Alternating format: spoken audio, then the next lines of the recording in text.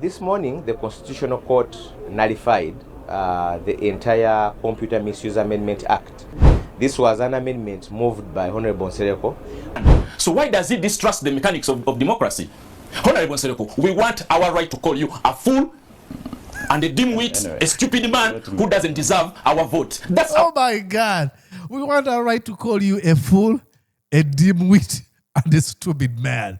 Oh my God. You know what I would do? I would just walk out of the studio.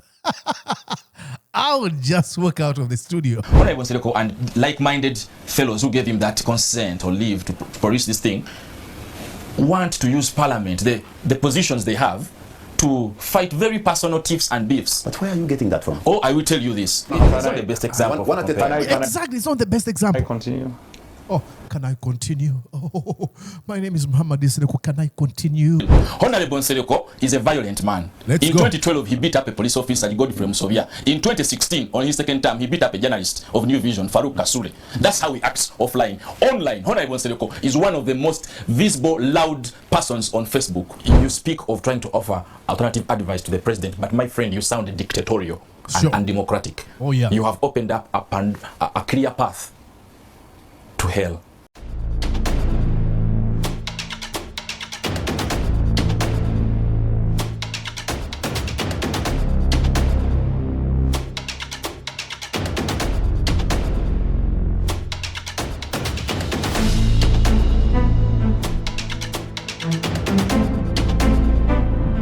And yes, indeed, presenting to you from these United States of America.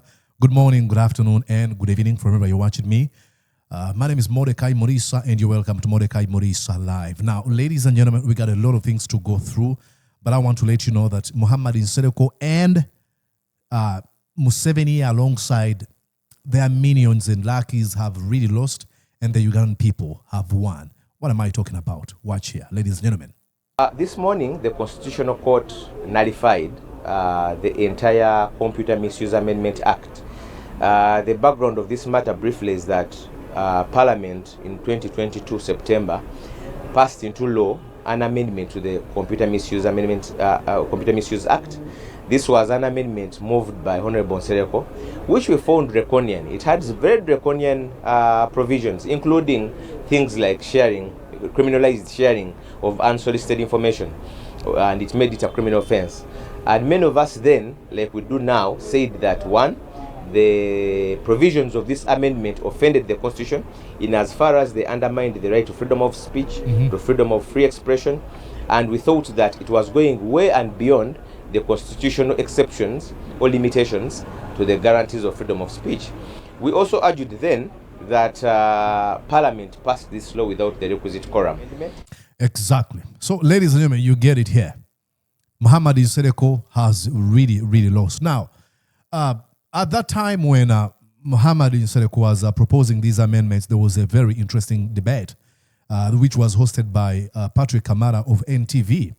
They went back and forth. It was a show of brilliancy versus pomposity and and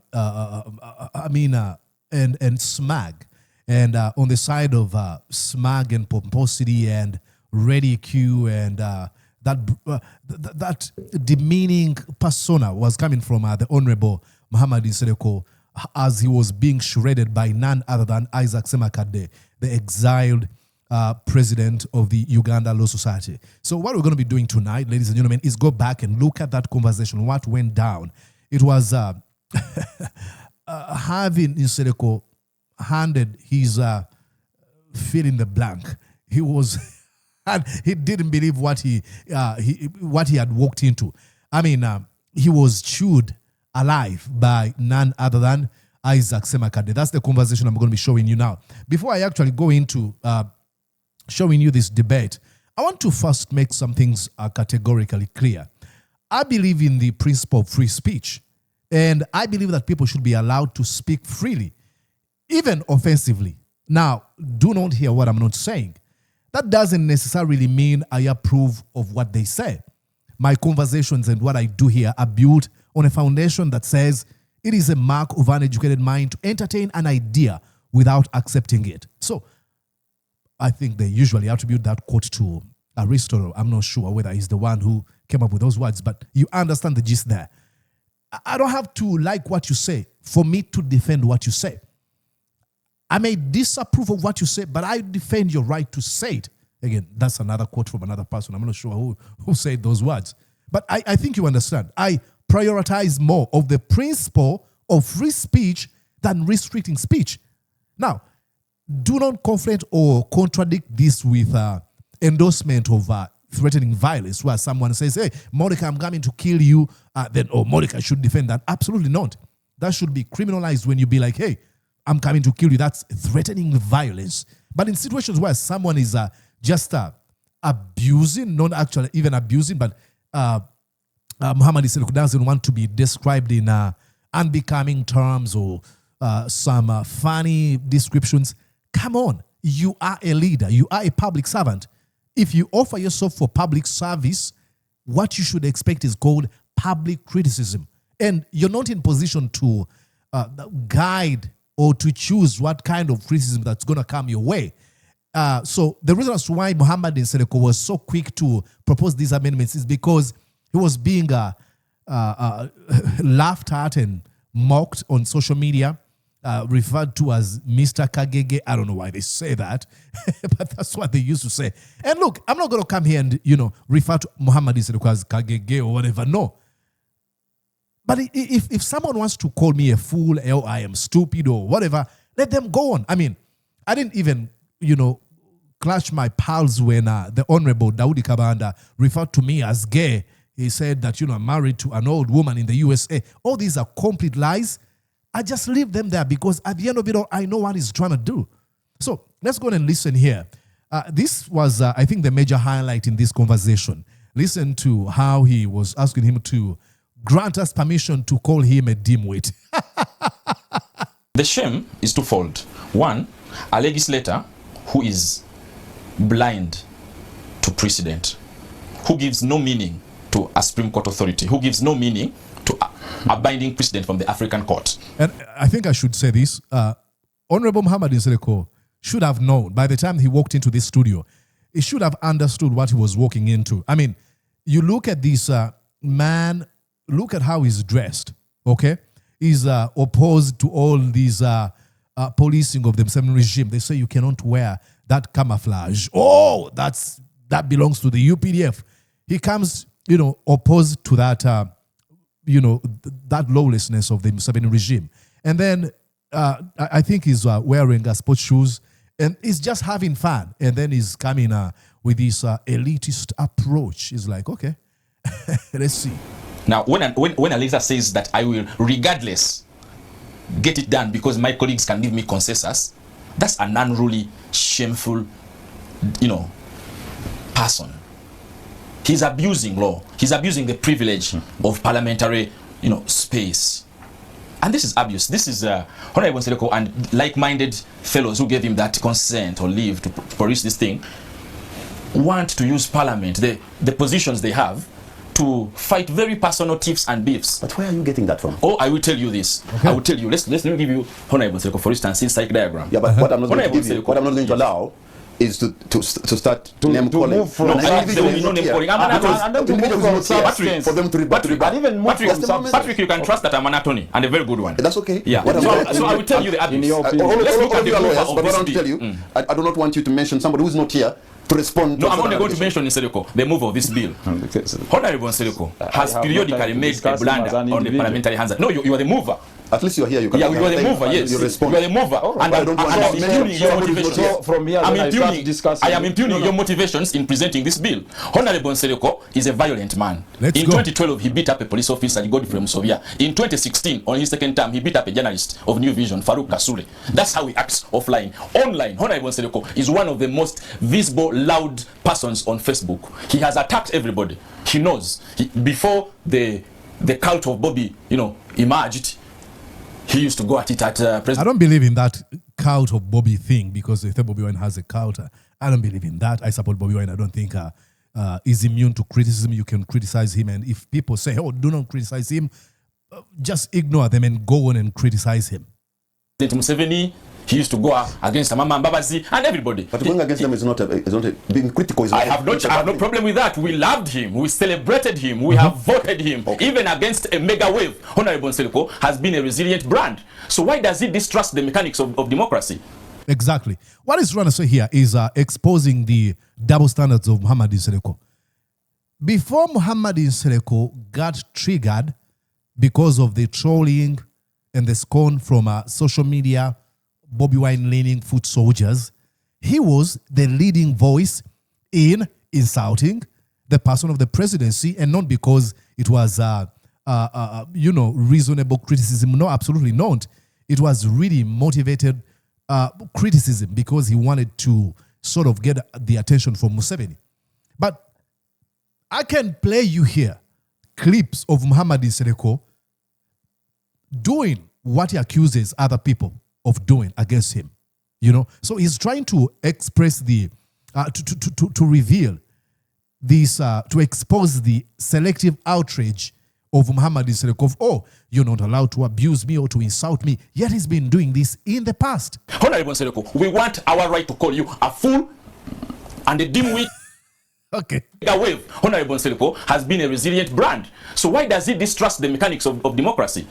Honorable Nsereko, we want our right to call you a fool and a dimwit, a stupid man who doesn't deserve our vote. That's my God. We want our right to call you a fool, a dimwit, and a stupid man. Oh my God. You know what I would do? I'll just walk out of the studio. I would just walk out of the studio. Now, look, am I going to use that language to refer to Muhammad Nsereko? Absolutely not. That's not me. But I want to defend Isaac Semakadde's right to use that language. Not that I endorse that language, but I said I am deeply rooted in the principles that build a constitutional democracy or a liberal democracy. And one of those principles is free speech. I don't want to police how people say or express themselves. Now, there should be limitations. Absolutely. I'm not trying to say, hey, free speech is obsolete.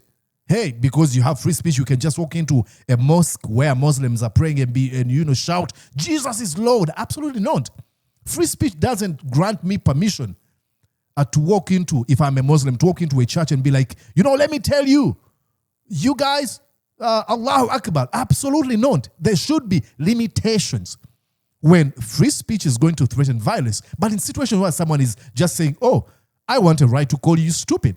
Really? Should that and it really extremely revealing when you realize that most of the seconders of this bill were Museveni-leaning folks, apologists of the regime. Because in the past, many people have been arrested for making fun of Janet Kaguta's legs. They say she's got big legs. I don't care. I think that's so personal. I don't even want to go into that. But hey, what does it say to a first lady who has time to get 16-year-old, 15-year-old, 20-year-old in prison, thrown in prison because they are laughing at his head or her eyes or her head? Really? That is extremely unbelievable.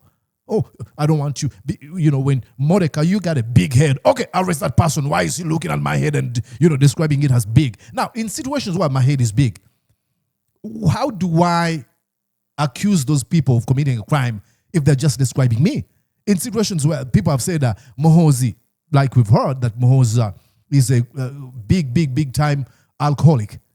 Now, if you drink alcohol and you are an alcoholic, you want to arrest people because they're, addressing you for what you are. Come on, let's go back here and listen to our constitutional right. You don't have the right to say that I will now use parliamentary space and get MPs and tell them that, did you see what happened to me? Did you see how hard it was for me to sail past the Bobby Brigade and come back to parliament? Does anybody want it? Of course, everybody's going to say no. Honorable Nsereko, you're a hero, but you are the one who is the best.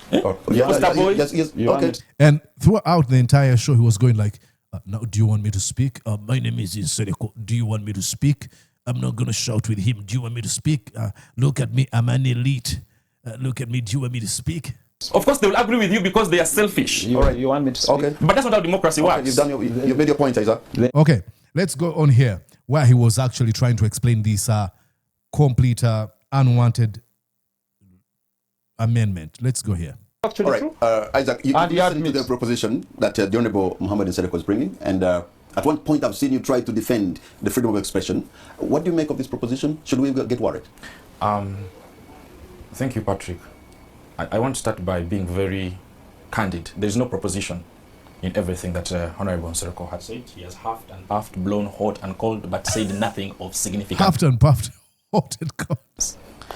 However, he has revealed a lot about his evolution as a politician and as a citizen of this country.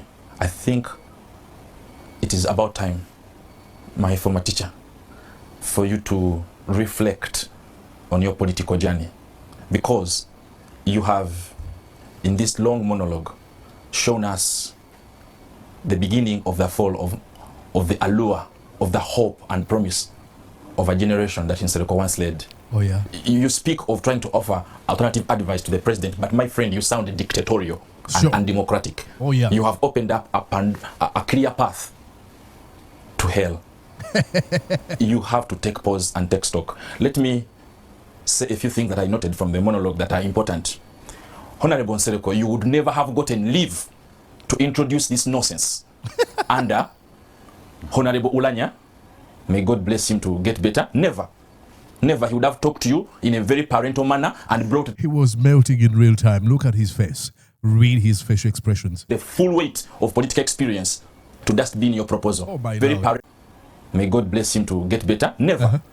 Never. He would have talked to you in a very parental manner and brought the full weight of political experience to just be in your proposal. If at all. You would never have gotten that leave under the most erudite and experienced Honorable Kadaga. And you've confessed right here on national television that you made attempts to introduce such crookery into the parliamentary hazard, and you flunked. So that's very telling. That's a very important revelation. The other revelation, of course, it's checking on time. I want to go. This guy is roasting me. is the Parliament is an institution. They're not individuals. Yeah. I wonder why you're picking out a few people. Thank you for about schooling what? him. Parliament is an institution. Oh, now he gets a defense from Kamala. He says, oh, thank you for schooling him. Yes. It's not an individual. Oh, no. He knows exactly. It's Parliament I'm glad that that has you're given schooling him leave to go and work on this bill. It's No, not an it's- individual, or Mr. Semakadde. That's also very Unless there's something revealing, perhaps. Thanks for the And clarification. that was Kamala trying to play devil's advocate here after realizing that, Nsereko is being roasted in real time and is having a meltdown. Because earlier in the conversation he had, actually later in the conversation he referred to him as a self-appointed arbiter of public good. But you see, before Honorable Nsereko gets to speak on the floor of Parliament, his motion or his proposals have to go through the business committee, which is chaired by the Speaker. So all I'm saying is that under the past leaderships, he tried and failed to even get the chance to address parliamentarians. But if you say that he has gotten this leave from his colleagues, then again, we have seen an evolution of the generation, I said. Because now Mr. Nsereko is a senior parliamentarian. Okay. He's a 3-term parliamentarian. He's a senior leader. Honorable Nsereko was once presidential. He ran for Speaker. He is not a non-entity. He's one of the most outspoken legislators. That's his record on corruption and governance. Yes, he's quite a man of some substance. At least he has been. I told you. At least he has been. Oh, but at least I told you. I should remind you, I'm your teacher. So please, come slow, okay? I used to be your teacher. if Honorable Nsereko, in this moment in time, this is his big, buffet for Uganda. It's a disappointment. Okay, let me. Called him in real time. Okay, let's go on here where Kamala was telling Nsereko that, the amendments actually they had said that all these provisions that had been suggested or proposed by Muhammad Nsereko already existed. We have laws that are supposed to be catering for whatever Nsereko was trying to pretend like he cares about. And he immediately shifted goalposts and said, oh, I'm strengthening it now. I'm strengthening it. I mean, let me play you here. I think... Isaac, we have a generation of people, who are in an industry of outrage. They are, keyboard warriors right now. The internet brigade can spew words. So sometimes very innocent people, a lot of profanities. I wonder... Okay, I don't don't understand. Look, I don't use foul language, the profanities. I don't do that in public. But I don't understand. And look, I'm a Christian. I believe in Christian values. I don't think that people should be using that language. Now, that's me using my Christian values. But I do not want to impose my Christianity onto every person. Suppose somebody said, hey, I don't believe in Christianity. Then am I going to be like, hey, you should believe in my faith tradition? Absolutely not. My arguments are deeply rooted in what I said. A liberal democracy, a constitutional democracy. What we're trying to build. What we say, I disapprove of what you say, but I'll defend your right to say it. Would you want that to continue? Well, so he goes on to explain of why he doesn't want this to continue. Okay, let's go on here where Kamala talks about it was trying to tell Nsereko that, hey, shouldn't we allow people to let out their frustration and outrage here? My lawyer on your altar, on your legal altar, but I'm up to the game. So can't we find a way of, instead of going legal, to dialogue as Ugandans, to agree on what, some kind of rules of engagement? Because I believe if people express themselves, it sort of acts like a vent for the anger to go out, as opposed to bottle ourselves, don't talk, don't say anything, and we're bottling up all this anger.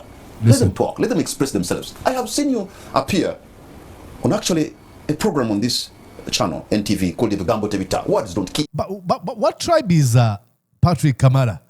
Ebigambo Tebita. What's Tebita? He's worked on NTV forever, like for a century. But he can't say Ebigambo Tebita. Ebigambo Tebita. On actually a program on this channel, NTV, called Ebigambo Tebita. Words don't kill. Why are you so worried? So anyway, going to the point without meandering into what you're trying to speak. I'm not meandering. I'm actually telling you, Ebigambo Tebita, for which you are a talk show, you're always a panel. They're calling out your hypocrisy. My role is to educate society, not to try to follow a certain narrative or path. I've told you of two things. One, every society must be regulated. I remember one friend of mine told me that, Honorable Nsereko, how come when people go to Saudi Arabia they don't steal?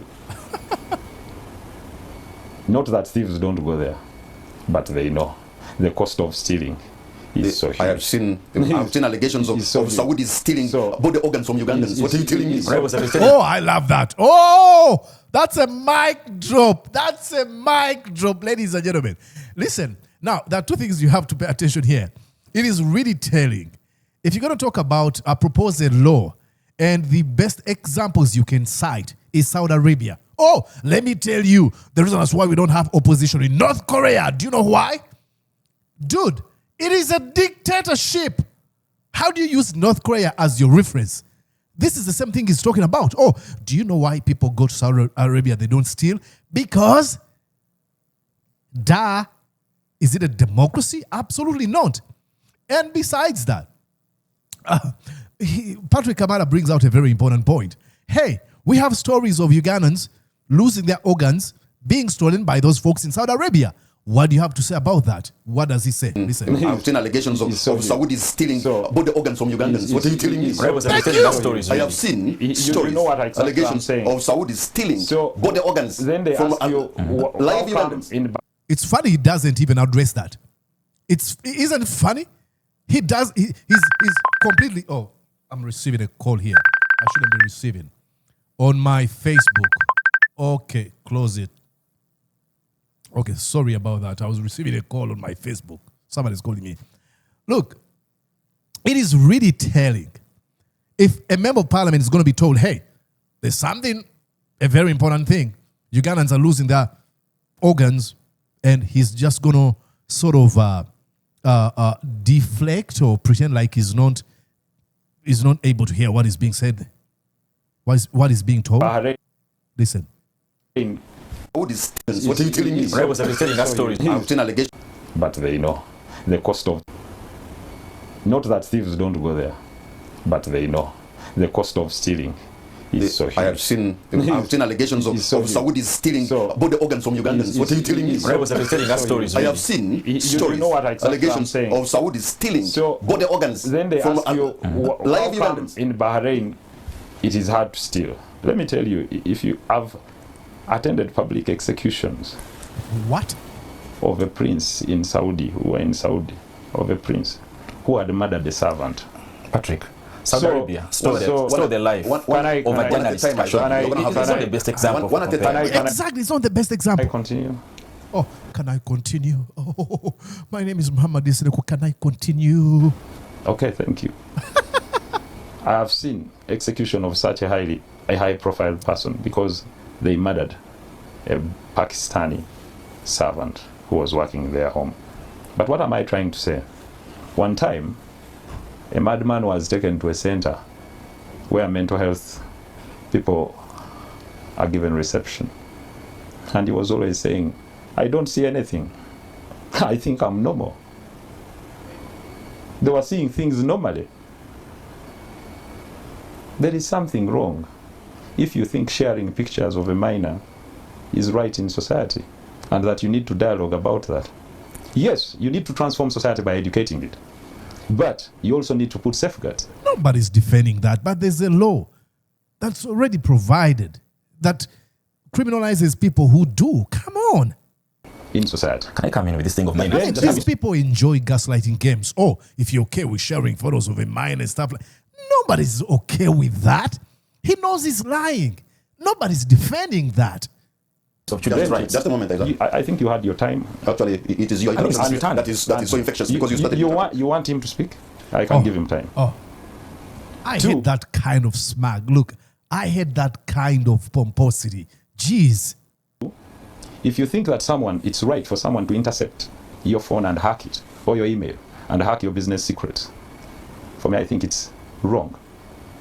3, if you think someone can share your pictures without your authority, because to them that's freedom, and they pick them and use them on YouTube and get paid as content by fabricating stories that are false about you, it's right. It's okay if you're saying something true. Society should listen to you. Okay. But if you're saying something false and you go and earn thousands of dollars on YouTube because you're publishing stories and making utterances about others that are false, I don't think you're good for society. All right. Okay. So that is why I wanted to take you step by step, path by path. Therefore, you to construe it as a political law, that's within your mind. But for any person who thinks that they are doing the rightful thing in disagreeing whether politically, whether it's in form of business, whether it's social, then you're fine. You don't even need to get worried about this law. Why? The law is clearly saying that you cannot hold public office if you're convicted from today. It's not even acting retrospectively. Yes, you have made your point. So I've made my points on what I said. I'll get back to you. My brother and probably yourself do not see a problem. And he kept on doing this, where he doesn't allow other people to talk. And the moment they cut him off or they respond to his diatribes, then be like, can I talk?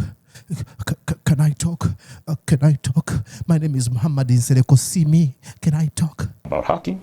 They don't see a problem about sharing pictures. You're saying that's freedom of expression. You repeated several times. You wanted to interject, but before you interject, you've given us an example of Saudi Arabia. I have a problem with that because Saudi Arabia. Now I've said on issues of theft. Yes, but it doesn't matter. Saudi Arabia. It doesn't matter even if you say that Uganda, you'd be like, hey, let me tell you.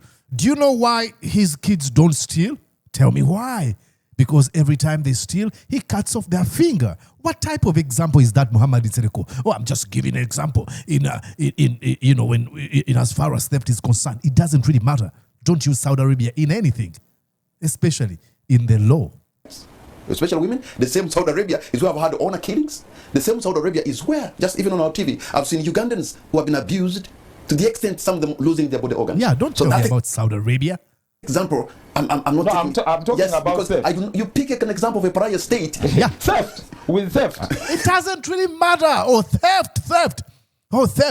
But he's telling you other situations where they're doing a lot of other stupid stuff, violation of human rights, killing of Jamal Khashoggi, and hey, an avalanche of cases of Ugandans whose rights have been abused. No, come on. Saudi has the least indices of theft. Saudi, Bahrain. I can tell you, with crimes related theft. You can talk about murder. I'm talking about theft. What? We're talking about. Oh my Lord! Oh, I don't care about Ugandans whose organs have been stolen. You can talk about that. Let's talk about theft. What? This is a memo. Oh my God! I hate intellectual dishonesty. I hate it with everything in my body. It makes my blood boil. Where someone says, you can talk about murder, but I'm only talking about... In what world do you even get this kind of an argument? Oh, don't tell me about Ugandans who are losing their body organs. I'm telling you about how they've been handling theft. What?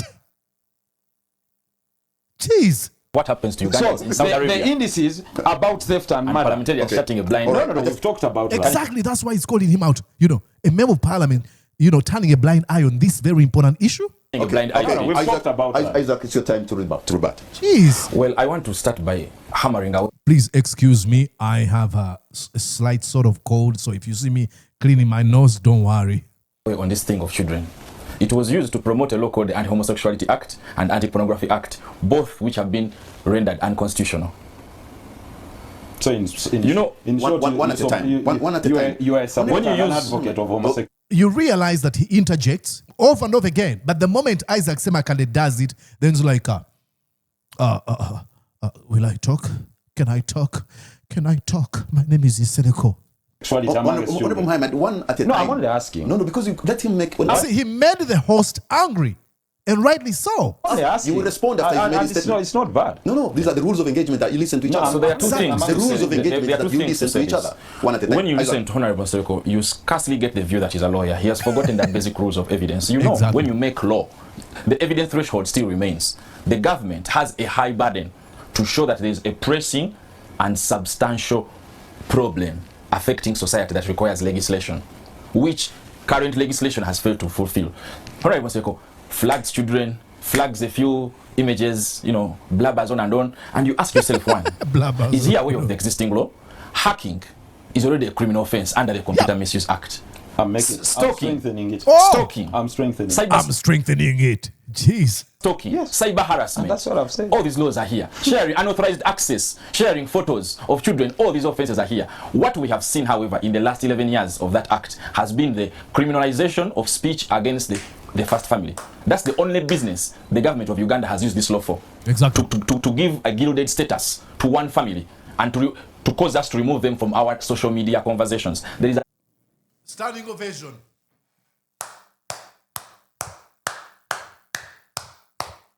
Exactly. They were trying to evade criticism. The first family, Museveni, Muhoozi, Janet Kataha, and Lakis and minions. You realize that since the introduction of this provision, it is only folks who have been targeting Museveni regime that have been held accountable, quote unquote. You don't see me. I'm not going to be like, hey, okay, I'm going to take you to court, you NRM guy, because you called me a pig. I'm just giving an example. I don't care whether you want to call me a pig, a dog, a cartoon. I don't care. Use it. That's your prerogative. But the moment you say that about Museveni, actually, Museveni recently said, I'll show you. If you don't believe me, you can go and search. Look it up. He said, it is wrong for a person to use a title of His Excellency if he's not president. That should be left to president alone. Hello. So now you see the reason for this law. an entire police station. Currently, it's headed by Winnie Kiiza. Yep, And listen they here. give a guild family. That's the only business the government of Uganda has used this law for. To give a gilded status to one family and to cause us to remove them from our social media conversations. There is an entire police station. Currently, it's headed by Winnie Kiiza and a guy called Bill Ndiamhaki and other spies and rogue police officers under is it called the media crimes. They just do surveillance. And you ask what tool they use. The such tool is Museveni, Kainerugaba, and others of their relations. That's all. You know, let me give an example. I represented two ladies. He speaks about ladies and their pain. I represented Desire Luzinda in 2014. We failed to get the police to act. The whole minister promised that extradition, treaties, protocols will be set in motion so that we could have a test case on revenge pornography. The government of Uganda abandoned Desire. Ladies and gentlemen, we can watch this entire thing until, I don't know, tomorrow. It's 1 hour and 4 minutes. Go on and watch the entire thing. It is 4 years ago. It's really, really interesting. Muhammad Nsereko was shredded like cheese, like cheese. Eaten alive. That's what happened. And rightly so. Now he's lost completely. This is double humbling. He was humbled by Isaac Semakadde and now humbled by the Ugandan people. Like I mentioned, I think I didn't mention in the introduction. The petition was filed by a number of civil society organizations, including the African Center for Media Excellency. These are journalists. The Editors Guild, petitioners like veteran politicians and strong inspiration, Winnie Kiiza, the Unwanted Witness Uganda, to mention but a few. Nsereko. I think you get to a point where there's no shame left in you, that you think you can gaslight the entire nation. 99% of the people saying, no, we don't second your proposals, only to be like, oh, I'm smarter than you. Let me show you this. Okay, ladies and gentlemen, it was bloodbath. Go watch the entire thing on NTV Uganda's page. All right, my name is Mordecai Mulisa. Please consider subscribing, like this video, and invite other people to join us. I'll be back here. Please stick around. Okay, bye-bye for now. Did you enjoy what you just watched? I'm sure they did. I'm going to guess that you did. How about you consider subscribing to Mordecai Marissa Live YouTube channel? Thank you.